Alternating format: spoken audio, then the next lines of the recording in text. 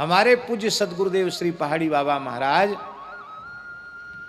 स्थान के श्री महंत पद पर विराजमान थे, और उसी में कुछ बुखार वगैरह हो जाए शरीर में तो कहते बस अब लंघन शुरू।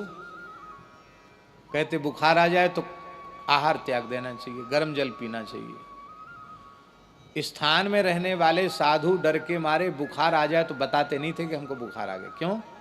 वो अपनी वाला इलाज सबको कराते थे। वाह बहुत अच्छा, बुखार आ गया, अब इसका भोजन बंद कर दो। गर्म पानी धूना में गर्म करके पानी पीते रहना, ठीक हो जाओगे। लोग बुखार में कांपते रहते और आके बैठ जाते, भोजन कर लेते। ये नहीं, महाराज बुखार है तो क्यों कांप कर? महाराज ठंड लग रही है। अच्छा कोई बात नहीं, बुखार तो नहीं? नहीं महाराज बिल्कुल बुखार नहीं, बुखार खूब तेज है, भोजन बंद हो जाएगा। डर के मारे लोग कहते थे बुखार नहीं है। लंघन करते थे, 3-3 4-4 दिन तक केवल जल पर रहते, ठीक हो जाते, स्वाभाविक रूप से ठीक हो जाते। ना अंग्रेजी दवाई, ना आयुर्वेदिक दवाई, और न किसी तरह की कोई दवाई नाम से कोई चीज नहीं लेते थे। तो एक दिन महाराज को तेज बुखार था।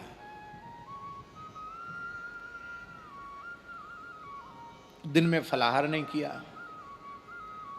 हमारे मन में आया कि वृद्ध शरीर है, शाम को दूध तो ले लें।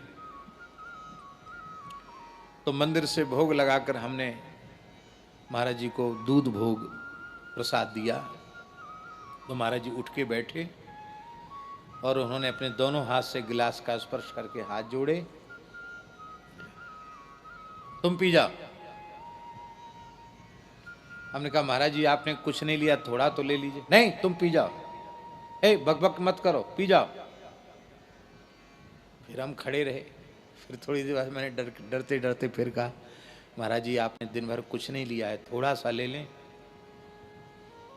इतना हमारे कहते उनकी आंख भर आई। बोले आज हम दूध लेने के अधिकारी नहीं हैं, क्योंकि शरीर में शक्ति नहीं थी, ज्वर के कारण मैं गौ सेवा नहीं कर पाया। लाओ प्रणाम कर लेता हूं। फिर प्रणाम कर लिया। स्थान के महंत सारी सेवा ही वही करते, देखा जाए तो सारा प्रबंधन उन्हीं के हाथ में है, कौन जुटाता है सेवा। लेकिन आज हमने गौ सेवा नहीं की तो हम दूध पीने के अधिकारी नहीं हैं। और हम दूध नहीं नारायण जी, हम तो घी पीने के अधिकारी हैं, पर गैया का गोबर नहीं उठाएंगे। घी पिएंगे, दूध दही छाछ घी सब चाहिए, मक्खन भी चाहिए, पर गाय का गोबर नहीं स्पर्श कर सकते हैं, गाय की सेवा नहीं कर सकते। इसलिए मेरी प्रार्थना है गौशालाओं में, संतों की संस्थाओं में यदि निवृत्ति मार्ग के साधक हैं तो उनको प्रेम से समझा देना चाहिए कि भाई यहाँ रहो, सेवा करो, पर प्रत्यक्ष तुमको किसी न किसी गोष्ठ में कुछ सेवा करनी पड़ेगी। नहीं तो ये दान आधारित जो वस्तु आती है उसी से गौ सेवा हो रही है, और तुम उसको खाए पिए चले जा रहे हो और शरीर से सेवा नहीं करते हो। भजन भी जैसा बनना चाहिए वैसा भजन नहीं बन रहा है।